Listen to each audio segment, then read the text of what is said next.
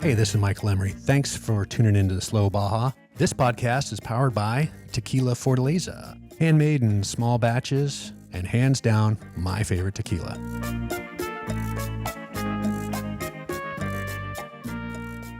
You know, I've long said it, ask your doctor if Baja's right for you. If you've been hankering to get down to Slow Baja, you gotta check out the Adventures tab at slowbaja.com. All my trips are there, from my vintage extravaganzas in fall and summer to my fantastic winter expedition that's open to 4x4s of any age. Now, of course, you can bring something old, but this trip is perfect for modern rigs. Got a go-fast camper or a rooftop tent on your taco? Let's go! Bring your gal, bring your best Baja bud, bring your dog. This Slow Baja adventure is for you. We've got whale watching, we've got beach camping. Raul at Rancho La is going to roast a lamb on a spit that will change your life. You know, I take care of breakfast and dinner on these trips, and it really does take the sting out of camping. Great food, private campsites, ranch stays, good dirt roads, and extraordinary people are the ingredients that make up a Slow Baja expedition. To find your trip, check out the Adventures tab at slowbaja.com. But don't delay. All my Slow Baja expeditions sell out. So you got questions? Hit that contact button. Ready to book? Use that Slow Baja boarding pass at slowbaja.com/shop. And I look forward to seeing you in Baja soon.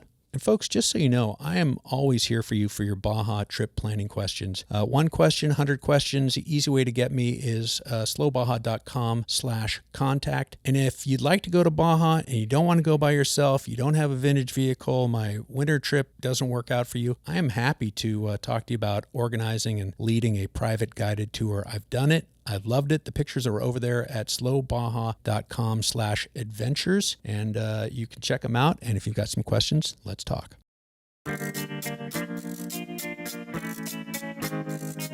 Well, thanks for tuning into today's Slow Baja. New year, first show of 2025. My heaping dose of gratitude goes out to Abby Diamond. I met Abby at that little cafe, Abby and her pal Marcy. Met them at that little cafe at Laguna Chapala where the 5 runs into the 1. And Abby asked if I knew about Rancho La Concepción. I told her I didn't. I didn't know a thing about it. And she said I had to check it out because it was super slow Baja. And she was absolutely right. I did check it out. I took my group up on the Slow Baja Summer Expedition. Those kids from Acalanes High School Auto Shop and Postal Jeeps. We got them all the way up there. And it was great. And I came back with my buddy and his wife, Wino and Amy.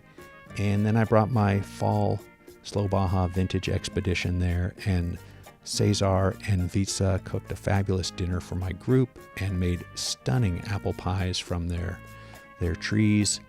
And a beautiful breakfast on the way out the next morning. And I got to tell you, it's really a lovely spot. It is worth the drive. It is Slow Baja approved. Rancho La Concepción. Today on Slow Baja. We're here. Okay, yes. You're there. We're all together. Yeah.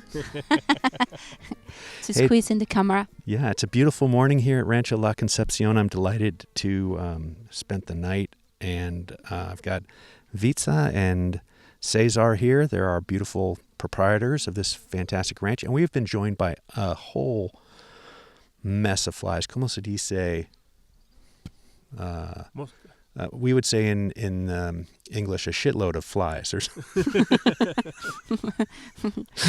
How do you say that? Como se dice? Muchos mosquis. Muchas moscas, yeah. All right, we got a lot of flies around us, folks. They're buzzing. We're sitting here in the shade in this beautiful ranch. It's a lovely, lovely morning. It's October. I'm on a pre-run for the Slow Baja Vintage Expedition. We'll be back here with a group in 1 week, and I just wanted to come in and see Vitza and Cesar and get a good look at the route and make sure everything's all right. And here we are at Rancho La Concepción. Yes, we are so happy that you are here with us. Yeah, it's my second visit. Mm-hmm. Tell me what possessed you to take on this project. This is a very sizable project. You two are conservation professionals. You've worked in the world of conservation, so we'll get to that in a minute. But why this? Why this? Well, I think that before we met, it was like our dream each each of us had like one dream, and when we met, our dream was more or less the same. Just like to have a space to do those things that we think and we believe in, like to make an impact on the world about how things can go okay, we can give to the world instead of the world giving us. And here we are. We were looking for places, and this one just got our heart because it's immersed in the Sierra San Pedro Martir, and that's what you have, only nature around you. Yeah, that's right. That's right. This is a very special spot in Baja California. Of course, it's a lot of special spots in Baja California, but this give us the opportunity to have all these different types of needed for develop our project. It's far, very far. It's close to the national park. It's very close to the national park. It's a very pristine area yet, and it's a spot with a lot of history, a lot of not only the Quilihuas, the tribes who live here in the beginning or in the past. It's a part of the Melling ranch areas and the cowboys activities, the vaqueros in Baja California, and have a lot of history about around the conservation and the stars, the nights, the dark skies here. It's amazing. I think it's a very special spot because put together a lot of different aspects: the nature, the silence, the far away, and the skies, the history. It's a very important area, no? Yeah, so I will agree. Slow Baja approved right out of the gate. And the gift I dropped last night when I got here, it's worth the drive. This beautiful place is worth the drive. I think it was Mama Espinosa who said, bad roads bring good people. Bad roads bring good people. And this isn't a bad road. It's just a little bit off the beaten path. Now, again, you've got the national park above us. You've got the Melling ranches, the Rancho El Coyote, and the main Melling ranch just below you. Mm-hmm. So people are coming. But this is a beautiful spot that I think people should come to for what's here. So let's get into what is here. It's a dark skies ranch.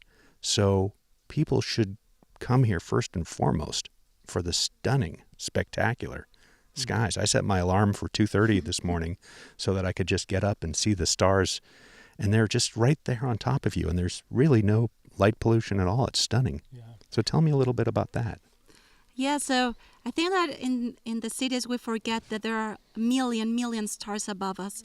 We forget even to look up to the sky and see all the tiny dots above us. And here, it's just like when there's no moon, or even with a little moon, you can just look up and see, I don't know, like you feel yourself like you're a small piece of the universe, because there's a lot going on out there, and you are just like here to amaze yourself and to see how the stars illuminate the night, and to see shooting stars, to get to understand constellations, how they move through the night, how in one moment you start like at 2 a.m. you see one constellation here, and by the end, before sunrise, you see the constellation there. So that's the proof that we are moving, and we are just here to amaze ourselves with that. Well, yeah, and so you start with that, the spectacular night sky. I mean, it's Baja midnight at 9 o'clock, so we were sort of padding off to bed after Cesar had cooked us a magnificent dinner. And so, I was probably, over in my cabin on the Outlook at 9:30, and I'm sort of winding things down, thinking about going to bed, and sitting out on the deck there, we watched the sunset there, which is such a spectacular part of this property, the way you sited that deck, so you see the sun drop right down into the horizon, into the ocean. And that's stunning in itself. And then to just be there in silence and see the stars and say, okay, I'm going to bed. But I'm setting my alarm for 2:30 so I can get up and see the full effect. And again, I slept in the cabin. The last time I was here, I slept out on that deck, which was lovely, on a cot. And at 2:30 in the morning, it's just, the sky is alive. It's stunning. I mean, it's just stunning to just allow your eyes to adjust. You realize how bright it all is. Yeah. So you've got that. And tell me about, you've got hiking, you've got meditation, you've got nature. Let's just go through it all. Cesar? Yeah, that's super interesting, and it's amazing the not only, as you say, the skies and the night and the dark, and enjoy the stars and the movement of the world. You can enjoy the night in another level, taking a hike in the night inside the forest to try to listen the birds in the night, the owls. Yeah. No, that's a very interesting thing.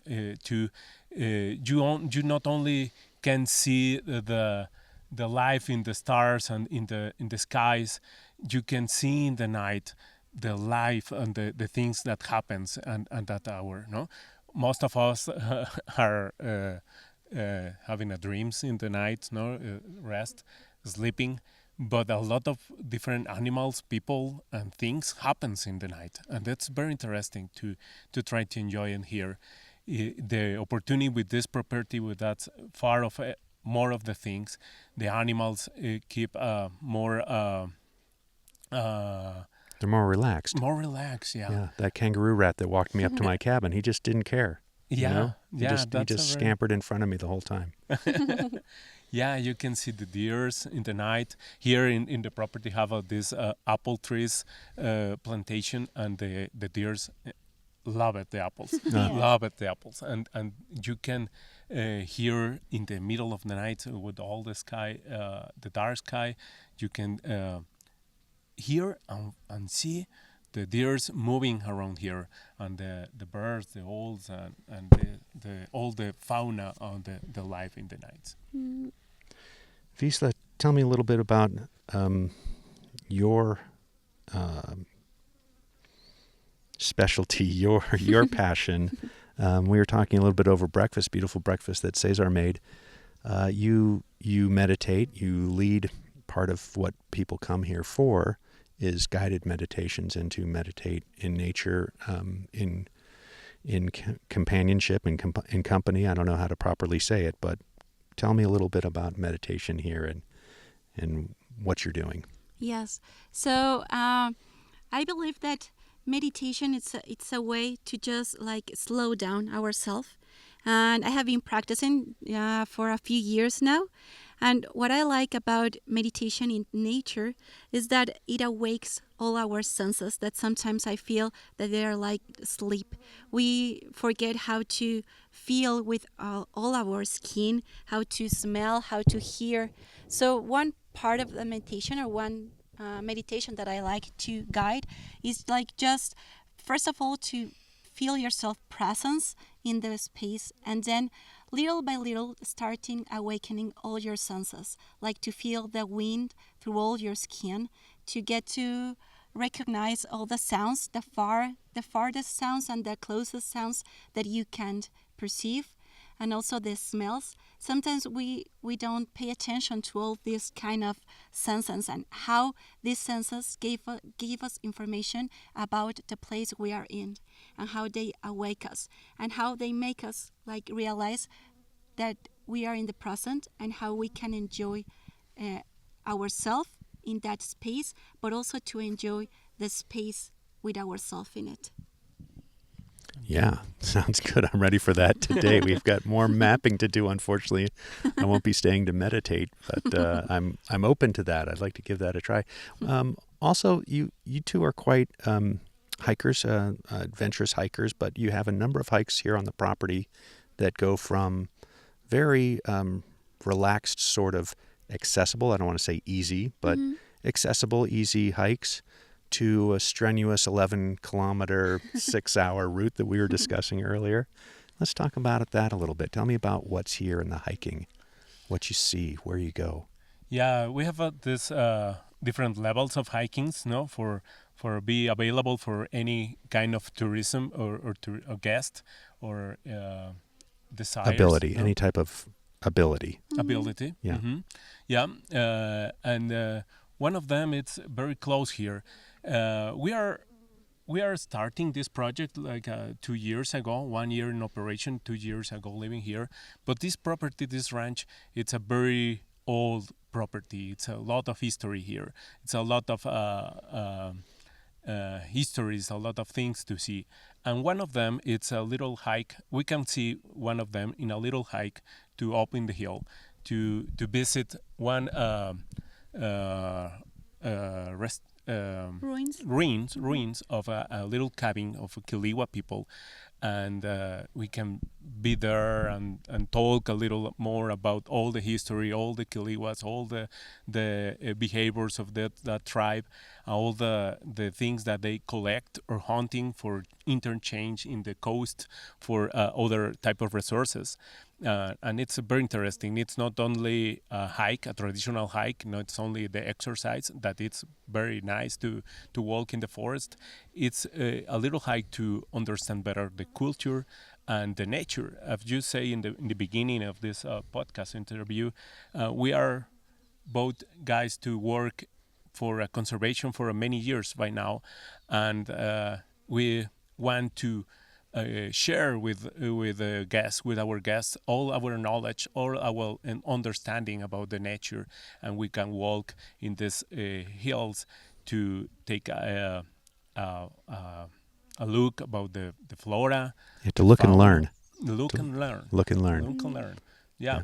And of course, as you say, it's some of very close here. Another one, it's a little more difficult and enjoy all the day. And in some points we do a stop to take a rest, to take enjoy a coffee or a tea or something. That's Vitza say that the meditation, it's not only this level of traditional meditation that you put in a floor or loto, no, in a seated position. The lotus position. Mm-hmm. Yeah, we can meditation in the middle of the forest, in the middle of a trip, a hiking. And that's very amazing. Yes, we have been like outdoor people for a long time. We have done like hikings or speleology, canyoning, biking for a lot of our life. So that was an important part for us in this project, to get to those places that sometimes require a little more of energy or a little more of time, and to explore. For me, exploring is one of the most important things in my life, in my daily life, to get to know like places that you think or you believe or you feel that no one has been there, and that you are the first one to see that. I don't know. Maybe it's not true, but you had that feeling. You have that feeling for sure. Yeah, Yes. I get it. Let's talk about a little bit about your backgrounds. I was surprised to know. I know that you both had an association with Terra Peninsular, so you've been in that organization in conservation. But Cesar, I was a little surprised last night over our conversation to hear about your thesis, your PhD thesis with the tourism and shark diving on the great white sharks off of Guadalupe Island. I think that's very fascinating. So just tell Slow Baja a little bit about your background, where you came from in the conservation path, the jobs you've had. I don't want to say the jobs you've had, but the projects you've worked on in the past that led you to say, I'm going to take this on. And of course, you're still working remotely in conservation. So just bring us up on your backgrounds a little bit. Yeah, I started working in conservation like 20 years ago, something like that. When I moved to Baja California. I'm born in Mexico City, and as you can understand, it's not. It's a beautiful place too, but it's very different that in nature aspects. No, I moved here to Baja California to learn, to study more about the fisheries, and sharks always be my best interest or my fascination. They're fascinating, aren't they? Yeah. Very fascinating. Yeah. When I am child, always want to understand more about the sharks and about the behavior of the sharks. I see, of course, all the pictures with sharks are involved.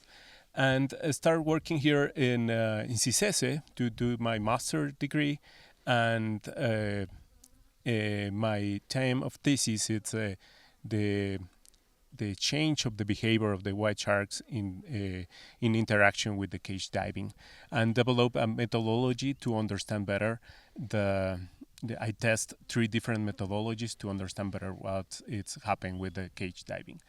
And in the same laboratory in CICESE, I start working with the fisheries. I move all around all the Baja Peninsula, visit all the main camps, to understand the catch and what happened with the sharks in that bycatch situations. I work with some partners in CICESE to understand the little shark, the baby sharks, the young of the year sharks in Vizcaíno Bay, to find the rest of the sharks in some of the basurero, trash, Trash. and a lot of things were interesting. Let's unpack this for a second. I think this is so fascinating. So the great white sharks have their babies in Vizcaíno Bay. So that's where they birth their young. Now, I don't know a lot about sharks, but my assumption is those sharks are out on their own from the minute they come out of the mother. Yeah. They're out on their own. They're swimming around. And what you're talking about is these young sharks in this area are getting caught in fishermen's nets as bycatch for their fishing. They're looking for something else, but those baby sharks are swimming with other things, and they're getting caught. Is that what you're telling me, if I'm understanding correctly? Yeah, you understand correctly. Yeah, that happens in Vizcaíno Bay. It's this today on Shark Week at Slow Baja. We didn't mean to get down this path, but I am also fascinated by sharks. So we're going to get just a minute, and then we'll roll it right back to Rancho Concepcion. So back to sharks and your work with the fisheries and the fishermen. Yeah, that happens in Vizcaíno Bay, because Vizcaíno Bay it's a very nursery area, important nursery area for not only for the sharks, for many different species of fish and marine mammals and other kind of fauna. It's a protected area with this current from the north, with all these nutrients coming for the surgencias, for the I don't know what's in English. Upwelling. Upwelling, no? Mm-hmm. And came with all these nutrients for the Vizcaíno Bay. It bring that a very important characteristics to be a nursery area for different species. And of course, it's other fishers activities over there for catching a different type of fish. And one of them, it's in bycatch, it's the white sharks. Yeah. It's not a lot, but it happens. It happens. And we are work to study the impact of that in that area. Well, I'll be back to talk white sharks on another trip, and I'm so fascinated by that subject as well. But let's circle back to, I was asking you about your path, your path as a conservationist and the projects you worked on before you took on this project. So after you were studying the impact of cage diving on the Guadalupe Island white shark population. Yeah, and after that, I started working with Terra Peninsular. They asked me for move the marine conservation program in Terra Peninsular, and I start working some projects in Guadalupe Island, but with other resources like lobsters, and we start work with sport fishing activities, and we start working for that. But the principal aspect in Terra Peninsular is, or the main goal of Terra Peninsular is protected areas. It's natural protected areas. It's below protected areas, and we work with land conservation, land acquisition, and different levels of types of protection with the federal government, with the local government, and with the private owners of lands, and help us to develop the skills to management the areas like a natural protected area. And that's the reason that my first time to be here in Rancho La Concepción is because the previous owner asked Terra Peninsular to help to develop a natural protected area here. That's the reason that I it's my first time here in Rancho La Concepción. I started working here like 10 years ago, trying to help with the protection for the yucca, to protection for the fauna, to measure the diversity of here, and that's it. Well, I fell in love with the ranch. Yeah. Well, if you want to come to this beautiful ranch, you're going to need Mexican driving insurance, and we'll be right back after word from Baja Bound. So we'll be right back. Here at Slow Baja, we can't wait to drive our old Land Cruiser south of the border. And when we go, we'll be going with Baja Bound Insurance. Their website's fast and easy to use. Check them out at bajabound.com. That's bajabound.com, serving Mexico travelers since 1994. Hey, big thanks to those of you who've contributed to our Baja Baseball project. You know, we launched our gear deliveries on my winter expedition. Michael and Matthew from Barbers for Baja were along for the ride, and we got to deliver that critically needed baseball gear up and down the peninsula. It was really, truly amazing. And on my last trip, I got to go to the state baseball championships and see some of our alums playing, some recipients of the Baja baseball gear deliveries. And congratulations to Guerrero Negro and Mulegé. The Austineros and the Cardinalitos won silver and bronze at the state championships. Big stuff. And it was really fun to be there and fun to see them. All right, well, please help us continue this vital work. Make your tax-deductible donation at the Barbers for Baja. Click barbersforbaja.org. Click the Baseball in Baja link, and I thank you from the bottom of my heart. I really do. It is so amazingly gratifying to be able to give these kids this chance to keep playing this sport, keep them on the field, keep them out of trouble. Please check it out. Baseball in Baja link at barbersforbaja.org. Thank you. Hey, we're back with Vitza and Cesar, and we're talking about this beautiful property, Rancho La Concepción. I'm going to say it again. It's worth the drive. If you've got your Baja Bound insurance, you might as well drive all the way up this beautiful mountain. Get up. Is it 6 kilometers, 5 kilometers? How long is your driveway? 6.5 kilometers. 6.5 kilometers on a beautiful winding dirt road that they're busting their buns to keep that road in shape.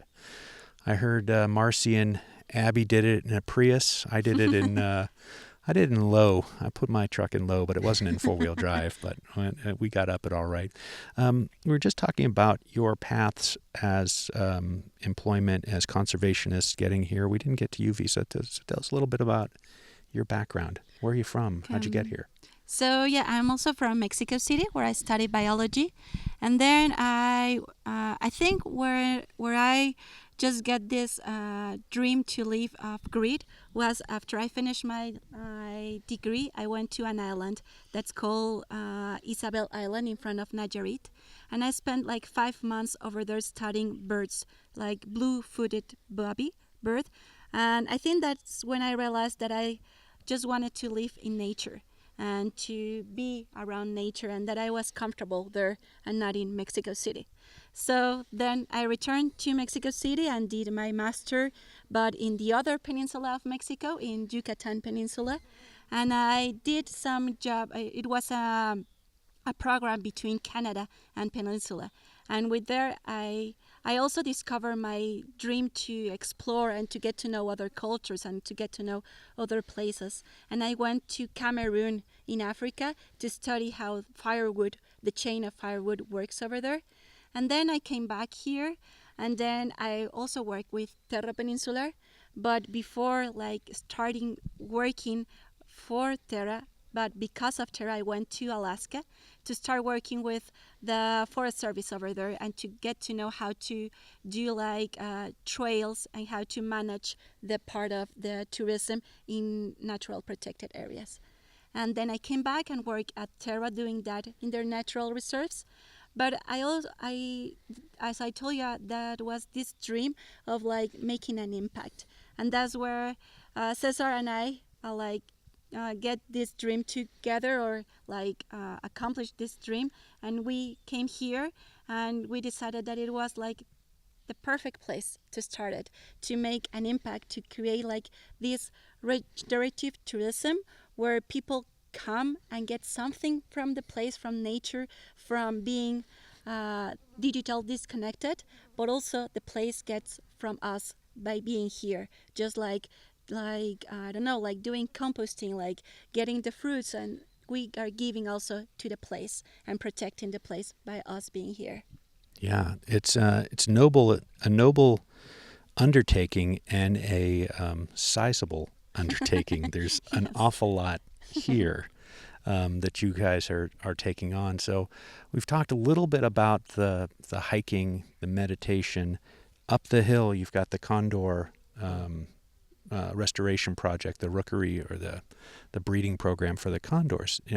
On one of your hikes, you're telling me that you can actually look up, and if you're paying attention, binoculars, you might see condors flying above. Yeah. Mm. Yeah, we are very close to the polygon of the all the national park, the Sierra San Pedro National Park. But in some point in one of our trails, you can be in a predilected area to have in front of you the Punta San Pedro. Punta San Pedro is the place that part of in the national park. It's part of the polygon of this Condor Project, this reintroduction Condor Project, and the researchers or the people, the experts, decide to be the project in that area because it's a very cliffs, no, a lot of topography. It's a very special there. Cliffs and caves, yeah? Yeah, Exactly. Yeah. yeah, and the condors nest in that areas, in that corner. If you can be there in a good day with a lot of lucky, no, and with the binoculars, you can see the condors moving around here, and it's very interesting because it's upper, no, it's all around 1,000 meters up. meters up, but you are close because it's the hill. It's la pendiente. It's Just a steep part. It's a steep part, no, but it's look like a very tiny birds, no, but when you see with the binoculars are huge, Yeah. that huge, Massive. no, and that's very interesting to see it because it's not even you are far with a 1,000 different of altitude, you can see moving around that area, and it's impressive. Now, I noticed both of you have mountain bikes tucked on the back patio. You must do a little mountain bike riding around here. Yes, we do. We are starting like looking for trails for the bikes. Now we go just like around like exploring, and one of our projects is to do that bike trails with that. Terrific. So an interesting part of the history here, we were talking about the native people who were here and were this property was part of the migration from the inland valley to the sea. So when they were moving with the seasons, moving with the foods, they moved through here. But also the Melling family settled here. Mhm. Is that Ida Melling? Aida Melling. Aida Melling, excuse me. Aida Melling settled here. Yeah. So my thought is that if she was choosing this location way back when she had her choice of anything around here, there must be something special here. Now, I know you have water. Give me a couple minutes about what else makes this place so special. Yeah, that's I think one of the principal reasons that the Melling and the Cowboys families decide to buy this property and use for the vaqueros activity, for the cowboys activity, because they move all the cows from the other places in the valleys and take a rest here to move for the rest of the trail, no? To move around the down areas, looking for the grass, looking for the better feeded for the cows, the animals, and in this like a migration route for the cows.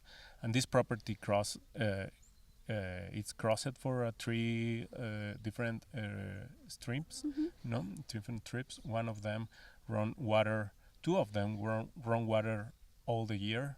So you have year-round water, which is the most important thing in Baja. Yeah, Exactly. yeah, that's one of the very special things here. No, we have water all the year coming from the La Sierra, no, and that give not only for the cows and the cowboys activities, for the deers and for the rest of the fauna. It's a very important place to use it, to take water. Well, it's a very special place. I unfortunately have to get on the road and get down the trail, as I have still a lot of mapping to do for my trip for next week. Tell people about how they can find out more about what you do here. What's the best way for folks to find you? I know you're on Facebook. Yes, we are on Facebook, we are on Instagram, and we are also have our webpage and WhatsApp. All right, and that's Rancho La Concepción. Rancho.La Concepción on Instagram. Rancho.La Concepción on Instagram, and your website is? RanchoLaConcepcion.com. Well, it'll be in the show notes, folks. And we are in Airbnb too. Oh, yes, we are in Airbnb too. Airbnb too. Oh, we didn't even talk about that. Holy Toledo. So I stayed in a beautiful cabin that has a beautiful westerly view. Tell me about the other offerings here. You've got places for people to stay. Yes. You don't have to camp here like I do. No, that's how we started. We have now we have 3 cabins for different size of groups. Like our biggest cabin is for almost 7 persons. The other one that it's called El Establo.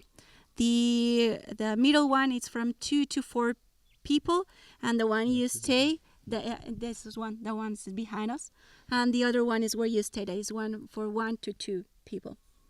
Yes. And that little one, it's a very special because It's very special. Because it's in a upper hill, in a hill with the west in front of you and the sunset. It's a very special area. Right. So there's a very large glass window there, folks, where you see the sun setting in the west, and of course you can look right out and see the stars. And when the sun rises, you get to see just the early morning glow of the beautiful valley. Yes. It's just a valley straight away, and then you get to see all the way to the coast. Mm-hmm. It's amazing. Mm-hmm. All right. Well, Rancho La Concepción, Slow Baja approved. It's worth the drive. Come and see Luca. Hello, Luca. You didn't get to see Luca in this video, but Luca's their beautiful ranch dog. It's a beautiful place, spectacularly quiet, and that's so rare today. Dark skies, good people, good food. Looks like you're able to roast something here in this Yes. barbecue. I've seen photos of a young pig, beautiful pig here. What else? Will you do a party like that? Mm-hmm. Yeah, it's part of the things we can do for our guests. Organize a big dinner, with some fire and deers. No deers, no. Like your pigs. A pigs. Yeah. Mm-hmm. Mm-hmm. All right. Well, Vitza, Cesar, it's been lovely staying here. Thanks for making a little time for Slow Baja. And I'll be back here next week, and I can't wait. So worth the drive, folks. Come on up, Rancho La Concepción. And the difficult of the road, it's part of the experience. For sure. The life, it's the roads in the life, it's not always easy. And that's part of this project. The road is part of experience. The roads and life are not always easy. We're going to leave it right there. Thanks. Thank you. Well, I hope you liked that one. Cesar and Vitza, really lovely people, lovely property, well worth the drive. Get up there in time to watch the sunset. Tell them Slow Baja sent you, and rent a cabin. And if you rent a cabin, or even if you're camping out, set your alarm. Get up in the middle of the night and check out that night sky. It really is spectacular. All right, well, if you like what I'm doing, if you like learning about places that you need to go visit, I'm going to ask you to drop a taco in the tank. Support me, support this work. Can't do it without you. And I get it. If you don't have any tacos, if there are no tacos jingling in your pocket to drop in my tank, do me a solid. Drop a 5-star review on Apple or Spotify. Tell people why you're listening to the show. That really does help people find Slow Baja, and that is super important. All right, in closing, got to tell you about my pal Mary McGee. She passed away at Thanksgiving, almost 88 years old. Really a wonderful, wonderful woman. I am so glad that I got to help get her story out to a wider audience. Mary had a pal, Steve McQueen, and Steve told Mary to get off that pansy road racer and come out into the desert because Steve loved Baja. And he said, Mary, Baja is life. Anything that happens before or after is just waiting.